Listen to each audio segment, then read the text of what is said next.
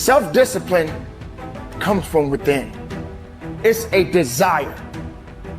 It's being able to understand that you got to get the work in and you got to be willing to go further and harder than you've ever gone in your life. Don't really want to get up and get out of bed. Yeah, I get up and get out of bed. I don't really want to work out. I work out. I really don't want to hammer on a project. I hammer on the project. Now, as an overall rule, I do not like procrastination. You need to get things done. Overcoming the old self allows us to become somebody else. And there is that period of transition. Call it the void, where there's just not a lot happening. And you just got to be able to keep going and continuously get to the end of your belief, where most people stop. Success is like a quiet daily set of tasks. Real small. Real small. It's very quiet. It's a very quiet process where you're just drawing your state from within yourself, doing these like simple little tasks, but finding love in those simple little tasks. It's not this big rah-rah speech where you do this one thing and something big happens. Look, when you start deciding that it's time to change, you may have to use 5, 4, 3, 2, 1, 5,000 times a day, because you're pushing through self-doubt, and you're pushing through procrastination, and you're pushing through resignation, and you're pushing through fear over and over and over and over and over and over and over again. Change the chapters in the book of your life if you want to. There's a book being written about you, and if you can decide, you and God, or you and whatever you believe, you're the author.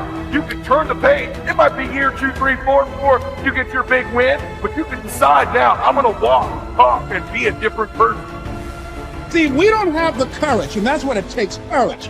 It takes guts to do that which you know you need to do. If you don't have the courage to act, life many times will move on you and make you act.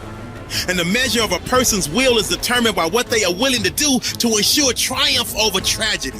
The measure of a person's will is determined by what they are willing to do to ensure success over failure. The benefit of discipline in my eyes has always been that through discipline, I get things done. All you have to do is know where you're going, and the answers will come to you. Forget the past mistakes, forget the failures, forget everything except what you're going to do now, and do it. It's taken me my entire life to understand it's not necessary to know every single detail, and to stop testing the waters and just dive in. We want to believe that there are shortcuts to success. We want to believe we can take a drug, or we can do something that'll make it quick and easy. But the truth is, it takes grit. It takes persistence. So it's hard to understand what could happen to you in 10 years in a visceral gut way of what it means to have failed in life. And to me, failure in life is not having money. It's not realizing your potential. You're 60 years old and you said, I could have been this, and I never did it. That's like the worst thought I think anybody can have. And you don't think about it in the moment because your life is okay, but you've got to wake up and understand that there's an urgency here, and that if you're not practicing something now, if you're not aware, if you don't have a path towards something better, you're rotting on the vine, and that day of reckoning will come at some point, and it will be painful. You're not going to feel it suddenly, it'll be slow, but it'll come and it won't be good. You will not find toughness in a comfortable environment. Those of you who are listening to this, whoever hear this, you will not find it. I was trying to look for it everywhere. The only way you find it is to drown yourself in a position where you're just out of sorts, where you can't swim and you're drowning. Where you're drowning. You're drowning in life. And you say, you know what, man? Yeah. I'm gonna figure out how to backstroke something. I'm gonna figure out how to, and then through figuring out all these tools, your mind starts to, when you quit, your mind does this. Because you're out. Once you say, I'm not going to quit, this is the 40%. When you quit, your mind says, we're done. So it doesn't expand. There's no expansion when you quit. When you say, you, this sucks, I'm drowning, I'm miserable, I'm suffering, I'm broken, but I'm not going anywhere. What happens to your mind is it does this. It says, he's not leaving. So we got to expand. We got to grow. We got to figure this thing out. So then these compartments in your brain start to they have to work. They have to work. And then you start to engage parts of your mind that you never engaged before. But you can't engage it by sitting back in these nice chairs, drinking this nice water, talking to you, talking about what I want to do. That's where the 40% thing comes in. It comes in when you're in suffer mode and you say, I'm not going to quit.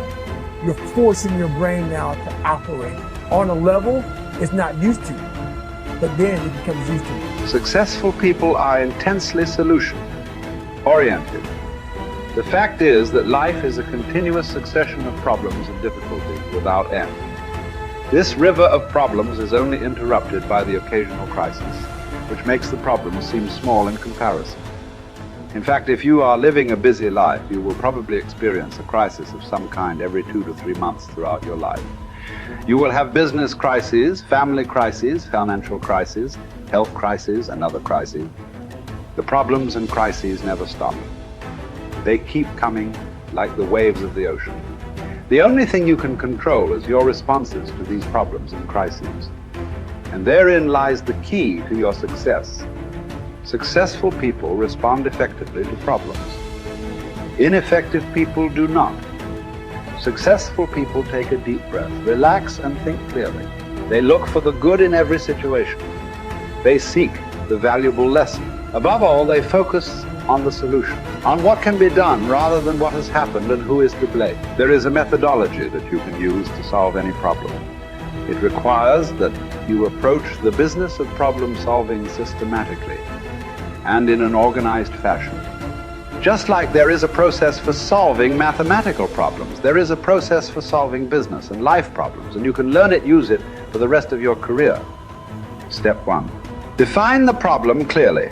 A problem properly defined is half solved. It is absolutely amazing how much time is wasted floundering around looking for a solution when no one is quite clear about the problem. Step 2. Ask, what are all the possible causes of this problem? Look for both the obvious and the not so obvious causes of the problem. How did it begin? What are its origins? What triggered it in the first place? What is the critical variable that changed to cause the problem in the first place? What assumptions were made that led to the problem? Just like a doctor conducting an intensive examination on a sick patient, you should thoroughly dissect the problem before you attempt to solve it. Step 3. Ask, what are all the possible solutions? Avoid the natural tendency of most human beings to leap from a problem definition to a conclusion regarding a solution of some kind. Always ask, what else is the solution? Sometimes the best solution is to nothing at all. Sometimes the best solution is to gather more information. Sometimes the best solution is to realize that this is not your problem and pass it on to someone else whose responsibility it is. Step 4. Once you have identified several possible solutions, ask, what must this solution accomplish? The only way you can judge the attractiveness of a solution is to determine in advance what you want the solution to accomplish. You've heard it said that the operation was a success, but the patient died. It is very common for us to initiate a solution and implement it, but the problem is not only not solved, but it is worse than it was before we took action in the first place. Be sure that the solution you select will accomplish the purpose you had in mind when you started on the problem-solving exercise in the first place. Step 5. Once you have decided on the ideal solution, assign specific responsibility or take responsibility yourself for implementing the solution. Set a deadline for implementation. Set a measure by which you can determine if the solution has been effective. A problem-solving discussion that does not lead to agreement on a specific solution, accompanied by the assignment of personal responsibility and a deadline, is a problem that will come back over and over again, without resolution. Practice this systematic method of dealing with a problem over and over until it becomes a habit of thinking. You will be amazed at how much more effective you become and how much better your results will be using this method. I kept saying this to myself on repeat. There is no way, Mel, if you work this hard, that you will not be rewarded. You have to believe that this moment is preparing you for something amazing that hasn't happened yet. Keep going. You have to believe that this moment is preparing you for something amazing that hasn't happened yet. Keep going. And so I repeated that over and over and over and over and over again as I wanted to throw in the towel, as I would start to bash myself, as I would start to feel sorry for myself and be like, nope, there's just no way I'm going to believe that something amazing isn't going to happen. I've worked too hard. Something amazing that hasn't happened is coming. And when you get yourself into that mindset, it creates a sense of resilience and momentum and resolve that you need in order to keep going when the hits the fan or when you feel disappointed or when life is beating you down. And that was the other gift of that moment, is developing a little tool to flip my mindset when I wanted to start to feel sorry for myself.